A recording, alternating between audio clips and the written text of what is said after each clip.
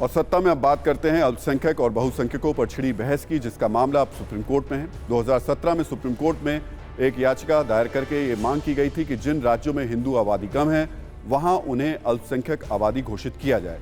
इस मामले की सुनवाई में सुप्रीम कोर्ट ने केंद्र सरकार से उसका पक्ष मांगा, जिस पर केंद्र सरकार ने सुप्रीम कोर्ट में जवाब दायर किया और कहा कि 24 राज्यों और 6 केंद्र शासित प्रदेश ने अपने सुझाव केंद्र सरकार को भेजे हैं। राज्य के हिसाब से अल्पसंख्यकों को परिभाषित करने के मामले में राज्य सरकारें एकमत नहीं हैं। ज्यादातर राज्यों ने अल्पसंख्यक का दर्जा देने का अधिकार राज्यों के पास रहने देने का सुझाव दिया है। बीजेपी शासित राज्यों का स्टैंड भी इस पर अलग अलग है। उत्तराखंड सरकार चाहती है कि धार्मिक अल्पसंख्यक दर्जा देने का अधिकार उसी के पास रहे। यूपी सरकार का कहना है कि राज्यों में धार्मिक अल्पसंख्यक तय करने के मामले में वो केंद्र सरकार का फैसला मानेगी। महाराष्ट्र सरकार ने कहा कि अल्पसंख्यक दर्जा देने का अधिकार केंद्र के पास ही रहे। इस मामले को कोर्ट में ले जाने वाले याचिकाकर्ता अश्वनी उपाध्याय केंद्र सरकार के जवाब के बाद क्या कह रहे हैं वो भी सुनिए। आप जरा ये सोचिए, लद्दाख में हिंदू केवल 1% है, उनको माइनॉरिटी का प्रोटेक्शन नहीं मिल रहा है। लक्षद्वीप में हिंदू केवल 2% है, उनको माइनॉरिटी नहीं माना जाता। कश्मीर में हिंदू केवल 2% है, उनको माइनॉरिटी नहीं माना जाता। तो फिर ये माइनॉरिटी मेजॉरिटी का जो कॉन्सेप्ट है वो किस बात का? माइनॉरिटी के नाम पे हजारों करोड़ सरकार, केंद्र सरकार देती है, हजारों करोड़ राज्य सरकारें देती है। माइनॉरिटी के नाम पे दुनिया भर की स्कीम चल रही है, लेकिन आज तक ये डिसाइड नहीं हुआ कि माइनॉरिटी कौन है।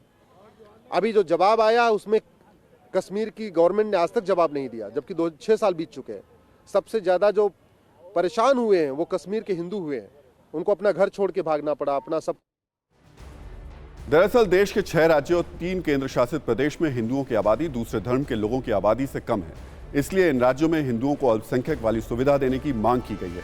जिन राज्यों के हिंदुओं के लिए मांग की गई है वो राज्य हैं पंजाब, जहां हिंदू आबादी 38.49% है, जम्मू कश्मीर जहां ये 28.44% है, लद्दाख जहां ये 12.11% और मिजोरम में हिंदू आबादी 2.75% है। नागालैंड में हिंदू आबादी 8.75% और मेघालय में हिंदू आबादी 11.53% है। इसके अलावा अरुणाचल प्रदेश में 29.04, मणिपुर में लगभग 41.39, लक्षद्वीप में हिंदुओं की संख्या 2.77% है।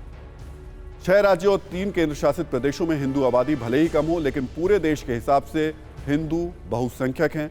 2011 की जनगणना के मुताबिक भारत में अल्पसंख्यकों की आबादी लगभग 19.3% है, जिसमें मुसलमानों की आबादी 14.2% है, ईसाई 2.3% हैं, सिख 1.7, बौद्ध 0.7, जैन 0.4 और पारसी की संख्या 0.006।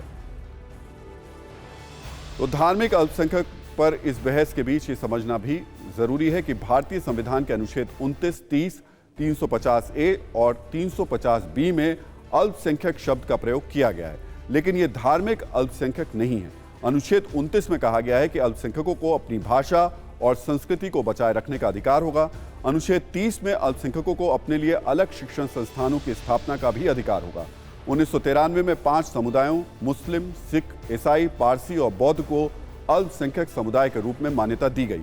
2014 में जैन समुदाय को भी अल्पसंख्यक की श्रेणी में शामिल किया गया।